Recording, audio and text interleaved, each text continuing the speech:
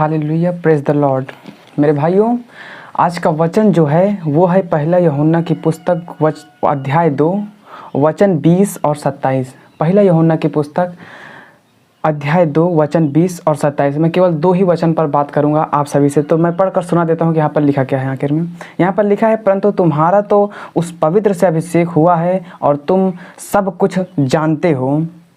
27 में लिखा है, परंतु तुम्हारा वो अभिषेक जो उसकी ओर से किया गया तुम में बना रहता है और तुम्हें इसका प्रयोजन नहीं कि कोई तुम्हें सिखाए।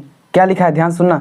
इसका प्रयोजन नहीं कि कोई तुम्हें सिखाए, वरन जैसे वो अभिषेक उसकी ओर से किया गया है तुम्हें सब बातें सिखाता है। हालेलुया, बोलो प्रभु यीशु मसीह की। मेरे भाइयों, सबसे पहले ये समझ लेते हैं कि अभिषेक कैसे काम करता है हमारे जीवन में। मेरे भाई, अगर आपका अभिषेक, इस वचन के अनुसार अगर आपका अभिषेक यीशु मसीह की ओर से किया गया है तो आपको कोई भी चीज़ बताने की ज़रूरत नहीं है, क्योंकि यही तो कहता है ना वचन, आपको सिखाने की ज़रूरत बिल्कुल भी नहीं है। अब आप मत ये सोचें कि अब स्वर्ग से यीशु मसीह यहाँ पर आएगा और हमारा अभिषेक करेगा। मेरा ये कहने का मतलब नहीं है। मेरे कहने का मतलब है, अगर यीशु मसीह की अगुवाई के द्वारा, यीशु मसीह के प्रेरित करने के द्वारा, आत्मा की अगुवाई के द्वारा अगर आपका अभिषेक हुआ है तो मेरे भाई, आपको बताने की कुछ ज़रूरत नहीं है। यीशु मसीह क्या करता है, क्या नहीं करता है, उसका वचन कैसा है, यीशु मसीह कैसा है, कुछ नहीं बताने की ज़रूरत है। वचन कह रहा है ना कि वो जो अभिषेक है वो खुद ही आपको बताएगा, वो खुद ही आपको सिखाएगा। मेरे भाई, ऐसा कई बार होता है, जो प्रभु के दास होते हैं वो अभिषेक तो करते हैं लेकिन प्रभु की उसमें अगुवाई नहीं होती है। अगर अगुवाई होती तो जिस इंसान का अभिषेक किया जाता वो इंसान बदल जाता। क्यों? क्योंकि अभिषेक के बाद इंसान को सिखाना और बताना नहीं पड़ता है। इसमें 2 कंडीशन होती हैं। जैसे कई बार होता है कि परमेश्वर अगुवाई करता है और परमेश्वर के दास अभिषेक करते हैं। हालेलुया, परमेश्वर के दास अगुवाई के अनुसार अभिषेक करते हैं, लेकिन जो इंसान का अभिषेक होता है वो इंसान उस अभिषेक को संभाल नहीं पाता है, ना ही उसको रख पाता है। क्यों? क्योंकि अगर हम देखते हैं, साउल का अभिषेक हुआ था किसके द्वारा? शमूएल के द्वारा। और जब वो गलती किया और जब उसने परमेश्वर के विरुद्ध गया, परमेश्वर के वचन के अनुसार काम करना बंद कर दिया, तो क्या हुआ? आत्मा लिखा है उठ गया उसके ऊपर से। यानी क्या? इसका मतलब है कि जो उसका अभिषेक था, जो उसके अंदर अभिषेक था, वो सब चला गया, खत्म हो गया।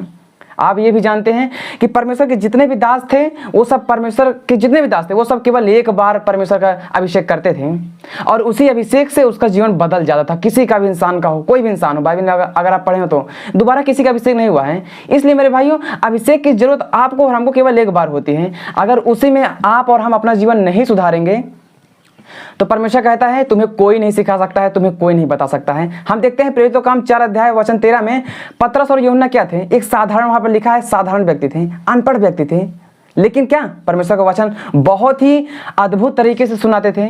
और ऐसा सुनाते थे कि जो सुनने वाले होते थे उनके हृदय में छेद हो जाता था, यानी उनके हृदय पर पूरा पहुंचता था उनकी बातें। क्यों?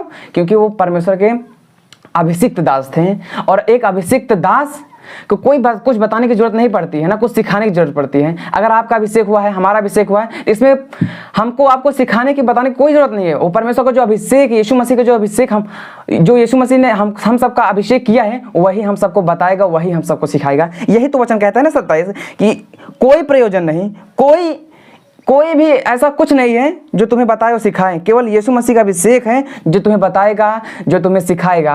अगर आज आपका अभिषेक हुआ है यीशु मसीह की ओर से, तो आप पहली बात, अगर आप फिर अभिषेक होने के बाद भी अगर आप कुछ नहीं सुन पा रहे हैं यीशु मसीह की आवाज़ को, अगर आज आप परमेश्वर के वचन को नहीं समझ पा रहे हैं, नहीं सीख पा रहे हैं, तो कहीं ना कहीं आप अपना अभिषेक खो चुके हैं, आप अपने अभिषेक को नष्ट कर चुके हैं, गंवा चुके हैं। मेरे भाई, आप लोग परमेश्वर ने जो आप सबका अभिषेक किया है, उस अभिषेक को कीमत दीजिए। और उस अभिषेक के द्वारा परमेश्वर कहता है तुम्हें कोई समझाए या सिखाए, इसका कोई मायने नहीं रखता है, लेकिन परमेश्वर का जो अभिषेक आपको किया गया है वो आपको बताएगा, वो आपको सिखाएगा। हालेलुया, बोलो प्रभु यीशु मसीह के।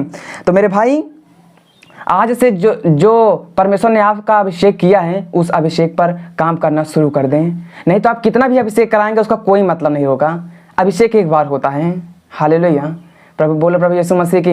आप अगर बाइबल पढ़ते हैं, सही तरीके से समझते हैं, तो आपको पता होना चाहिए कि अभिषेक केवल एक बार होता है और उसी अभिषेक में इंसान बदल जाता है। लेकिन अगर आप नहीं बदले हैं तो कहीं ना कहीं आप अभिषेक को खो चुके हैं, या फिर उसको महत्व नहीं देते हैं, या फिर दूसरा कंडीशन ये भी हो सकता है कि जो आपका अभिषेक हुआ है वो यीशु मसीह की ओर से नहीं है। वचन यही बता रहा है। आमीन, बोलो प्रभु यीशु मसीह की। तो मिलते हैं बहुत जल्द एक और नई वीडियो के साथ। प्रभु सबको आशीष दे।